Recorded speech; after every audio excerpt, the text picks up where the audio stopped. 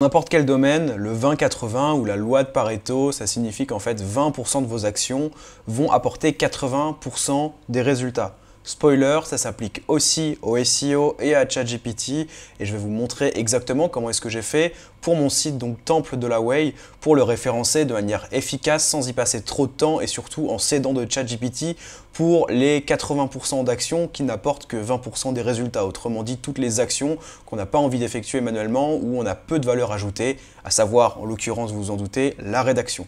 On va donc se baser sur mon site Temple de la Way. Je vais reprendre un des articles les plus récents que j'ai publié sur le site. Donc il faut savoir que le site est un peu à l'arrêt. Bon, j'ai commencé à republier un petit peu dessus, mais globalement le site est à l'arrêt. Donc on va prendre par exemple Way et cancer et j'ai retrouvé sur ChatGPT les instructions que je lui avais données, donc on va se détailler tout ça ensemble.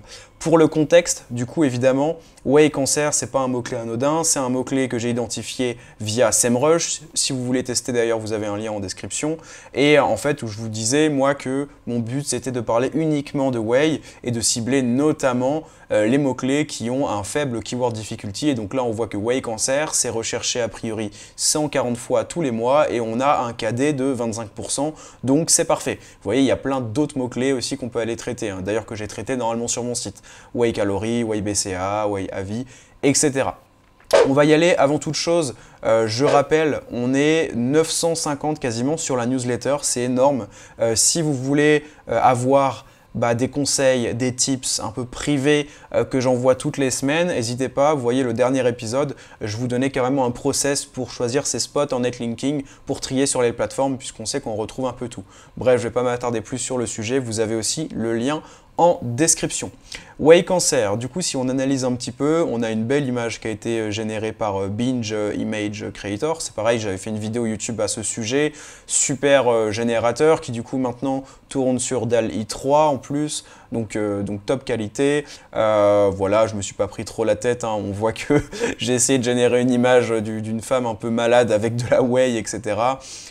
Évidemment, ce qui est intéressant de faire, c'est toujours de taper notre mot-clé en navigation privée. Ici, on va taper Way cancer, histoire de voir quel type de document on fait remonter. Bon, d'ailleurs, j'étais premier, honnêtement, je ne savais même pas que j'étais premier sur ce mot-clé-là. Ça fait super plaisir, sachant que vous voyez, je suis devant Superphysique, qui est un gros site de la thématique, etc. Donc ça fait très plaisir. Mais du coup, voilà, on voit que globalement, Way cancer, c'est un mot-clé où les gens, ce qu'ils veulent, c'est tout simplement voir si la whey peut donner le cancer ou pas, est-ce que c'est très grave de consommer de la whey, etc. Avant même de créer la page, j'avais déjà les réponses. Évidemment, la réponse est non. Hein, la whey, consommer de la whey, ça va pas vous donner le cancer, mais on va voir du coup ce que j'ai fait pour traiter tout ça. Si on regarde le document, avant même de regarder du coup les intentions de recherche, on voit que le title est bien optimisé. Ici, on a un élément qui est super intéressant pour le call to action, où je mets ce que l'on sait en octobre 2023. Octobre et 2023 étant ajoutés de manière automatique avec les commandes. Si vous ne connaissez pas sur WordPress, c'est current month. Hop, pour le mois, et pareil, on a current year pour l'année. Si vous mettez ça dans votre title, ça va vous mettre automatiquement octobre 2023 et vous le mettre à jour en fonction des mois. Petit tips. Ensuite, la métadescription, classique, hein, on essaye d'inciter au clic, donc on vous dit voilà, obtenez rapidement la réponse, cliquez ici pour découvrir si vous risquez quelque chose. On joue un peu aussi sur la peur, donc tout ça c'est bien optimisé. Et donc dans les headings, on a une structure assez classique, Way et cancer. Voilà le but, hein, mettre toujours le mot-clé principal. Et on voit que on a au final une structure qui est assez réduite. Pour ce genre de mots-clés, c'est tout à fait logique, puisqu'en réalité, la requête peut être répondue en une phrase. Donc évidemment, on ne va pas commencer à développer un article de 5000 mots autour de ça. On veut apporter une réponse rapide. Dans cette dynamique-là, on voit très bien que Way cancer, on a le H1 et que juste après, on a la Way ne donne pas le cancer. Comme ça, on donne directement la réponse. On dit qu'aucune étude scientifique ne prouve ça, que l'article a été rédigé à telle date, puisque c'est un sujet assez touchy évidemment. Il faut dire que l'article a été rédigé à telle date, si jamais ça a changé depuis, mais pour le moment, il n'y a évidemment aucune étude qui prouve ça. Après, on détaille un peu plus. En gros, on dit même pourquoi il n'y a aucune relation entre whey et cancer. Donc là, on dit que voilà, ça peut favoriser un tel type de réponse dans l'organisme, etc., mais que ça ne donne en rien le cancer, etc. Pourquoi certaines personnes disent que la whey peut donner le cancer, puisque si des personnes tapent ça, c'est peut-être qu'elles ont entendu parler de ça. Donc voilà, ça peut être intéressant de mettre un mot, une réponse là-dessus. Pourquoi certains disent que la whey peut soigner le cancer? Donc ça, évidemment, il y a toujours des personnes qui disent un peu n'importe quoi sur Internet. Évidemment, on dit que c'est pas, il n'y a aucune preuve, etc. Et après, on fait quand même une partie, vous voyez, sur les risques de la whey, puisque la whey, elle peut vraiment avoir des risques, hein, notamment des risques au niveau des reins, si jamais vous avez déjà du coup des problèmes hépatiques, etc.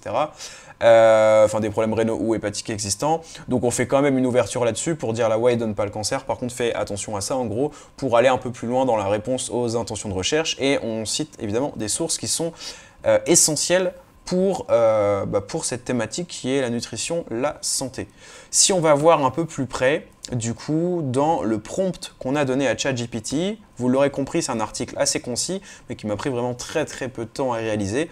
On voit que du coup, j'utilise mon template de prompt que j'avais déjà partagé en fait, hein, mais où on a une partie sur le contexte. Donc on lui dit tu es docteur et rédacteur pour un site spécialisé en nutrition, rédige un article concis. Vous voyez que j'avais bien, à ce moment-là, identifié déjà l'intention de recherche, à savoir réponse rapide, ayant pour titre principal Whey et cancer, ce que l'on sait en avril 2023. Vous voyez que d'ailleurs, ça s'est bien mis à jour puisque j'avais rédigé en avril. Toujours on parle de l'intention générale de l'internaute. Donc en gros, les internautes qui consulteront cette page chercheront principalement à savoir si on peut consommer de la whey, enfin si consommer de la whey peut donner le cancer. Voilà, là c'était des indications plutôt sur le ton, parler de manière décontractée, succincte, à la première personne du pluriel, parfois avec ironie, bon ça j'aurais pu l'enlever pour cette thématique je pense, ponctuer des phrases en insérant des virgules à des endroits pertinents, illustrer tes propos avec des métaphores, des expériences personnelles, adresse-toi directement au lecteur, en se mettant à leur place et en les vous voyant, et utilise des phrases de transition naturelles. Ça c'est vraiment, disons, quelque chose que vous pouvez répliquer sur pas mal d'articles. Et sur la partie plutôt 20-80, à savoir les 20%, vraiment qu'est-ce qu'on va donner à ChatGPT pour qu'il nous sorte des résultats chouettes et surtout où est-ce qu'on ne va pas passer du temps, et la structure HN et les indications de réponse, c'est vraiment le 20% que vous voulez aller chercher. Disons que vous, le 20% que vous allez fournir, c'est optimisation de l'article d'un point de vue title, image, métadescription, structure HN, et lui donner surtout la structure HN au préalable, tout le plan de l'article pour qu'il puisse lui rédiger des choses cohérentes et surtout sur une thématique comme celle-ci, ne pas hésiter à lui donner des informations. Vous voyez là, j'avais carrément, en dessous le H2, je lui avais carrément copié-collé une réponse que j'avais vue, il me semble, sur un blog concurrent que je trouvais hyper intéressante pour justifier le fait que certaines personnes pensent que la whey peut donner le cancer. Donc voilà pour ça. C'est vraiment ce qu'il faut retenir de cette vidéo, c'est ça. C'est que vous devez absolument donner la structure HN à ChatGPT. Et ça se fait en vous mettant en fait à la place du persona, en se disant ok, qu'est-ce qu'il veut savoir, et en consultant les contenus des concurrents, voir ce que eux mettent en avant, comment est-ce qu'ils traitent l'intention, et ce que vous pouvez reprendre ou ne pas reprendre de vos concurrents. Ensuite, du coup, ça vous donne ça. Vous avez juste ensuite à faire plutôt des flèches pour ajouter des indications sur des choses à faire. Par exemple, là, commencer l'intro par « La whey ne donne pas le cancer », comme ça on traite l'intention dès le début. Ici, on donne des informations. Ici, pareil, j'avais refait un copier-coller d'un concurrent pour guider le robot, enfin ChatGPT, et ça nous donne quelque chose de chouette, un super texte que vous pouvez évidemment reprendre, mais en général, vous n'avez même pas besoin de le reprendre, si tant est que vous ayez donné une structure à chaîne complète et des indications sur le fond et la forme.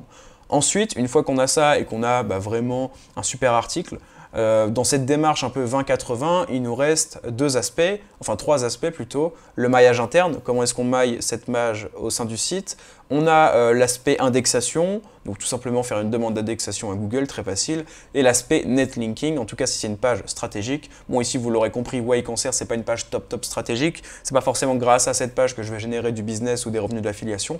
Mais si c'était une page stratégique, on a l'aspect netlinking qui va aussi entrer en compte. Du coup, ce que je vous conseille de faire, c'est que dès que vous avez créé cette page-là, vous demandez direct pour le maillage interne où est-ce que je vais la positionner dans l'arborescence. Ici, moi, j'ai un élément qui fait en sorte de mettre en avant sur ma homepage tous les derniers articles qui sont publiés sur le site, ce qui fait que, de manière naturelle, ils vont bénéficier d'un bon maillage interne, ça va leur donner un bon coup de boost dès le départ. Ceci dit, vous pouvez le voir ici, j'ai plusieurs catégories de blogs, donc Way Isolate, etc. À ce moment-là, c'est à vous de décider où est-ce que vous maillez le site dans l'arborescence. Donc vous pouvez vous dire par exemple si c'est vraiment une page super stratégique, et ben je vais la mailler par exemple dans le footer. Par exemple ici on voit que ma page Meilleur Way Isolate est maillée dans le footer pour qu'elle puisse recevoir un lien de toutes les autres pages du site. Vous pouvez aussi décider de la mailler directement dans le menu principal, comme ici, vous voyez que je l'ai fait. Et si c'est une page plutôt secondaire, et ben simplement la regrouper, on va dire, dans la catégorie de blog la plus adéquate ou juste dans votre blog de manière générale. Donc ça, c'est la première étape. Ensuite, ce que vous pouvez faire, c'est du maillage interne thématisé. Pour ça, si vous suivez les vidéos, vous savez que moi, ce que j'aime bien faire, c'est tout simplement faire un site de points. Donc là, bon, j'ai pris Paul Vengeon, mais on va plutôt prendre temple de la Way, de faire un site de points et de taper donc un mot-clé connexe. Par exemple, ici, on parle du cancer.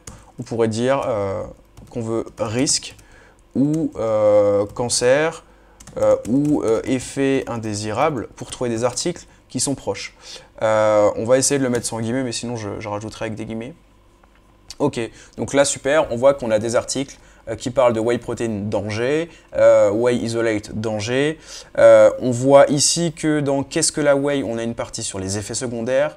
Ici pareil, Whey avant l'entraînement, on parle d'effets secondaires. Le dosage, on parle juste d'effets, donc ok, pas hyper intéressant. Mais en tout cas, on a déjà rapidement, en 2 clics, identifié 4 pages depuis lesquelles ce serait intéressant, 4 articles depuis lesquels ce serait intéressant d'obtenir donc des liens internes thématisés. Et donc là, le but, c'est évidemment de les déployer sur une encre optimisée. Donc dans, je sais pas, si on reprend Whey Protein égale danger, on va rajouter une phrase par exemple. Donc est-ce qu'elle peut être dangereuse? Là, par exemple, on dit beaucoup de mythes circulent autour du fait que la protéine en poudre serait néfaste pour la santé de ses consommateurs. On pourrait dire, entre parenthèses, certains internautes pensent même qu'elle peut donner le cancer, par exemple. Et puis sur « elle peut donner le cancer », on peut faire un lien interne vers notre nouvelle page. Bref, je pense que vous avez compris la stratégie. Et ensuite, pour le netlinking, mais ça, encore une fois, c'est si vraiment, comment dire, votre page est vraiment hyper prioritaire d'un point de vue business, et ben je vous recommande tout simplement de passer par Linkuma, qui est à mon sens une des meilleures plateformes de netlinking, surtout quand vous avez un faible budget. Vous pouvez acheter des liens vraiment à 10 € et ça peut vraiment vous pousser cette page. Et si vous avez déjà fait du lien un peu sur la homepage, etc. de manière naturelle, vous pouvez tout à fait envisager de faire entre 3 et 5 liens peut-être vers la nouvelle page que vous venez de créer sur des encres désoptimisées et semi-optimisées, qui pour moi reste un bon combo qui pousse bien mais qui n'est pas trop risqué pour que votre page se propulse tout simplement au sommet de Google. Voilà, écoutez, dites-moi en commentaire surtout si vous connaissiez cette technique-là. Moi, ça me fait plaisir de vous partager un peu mon process. N'hésitez pas à me dire comment vous fonctionnez en commentaire. Abonnez-vous évidemment à la newsletter, à cette chaîne YouTube pour rater aucune vidéo et je vous dis à la semaine prochaine. Ciao!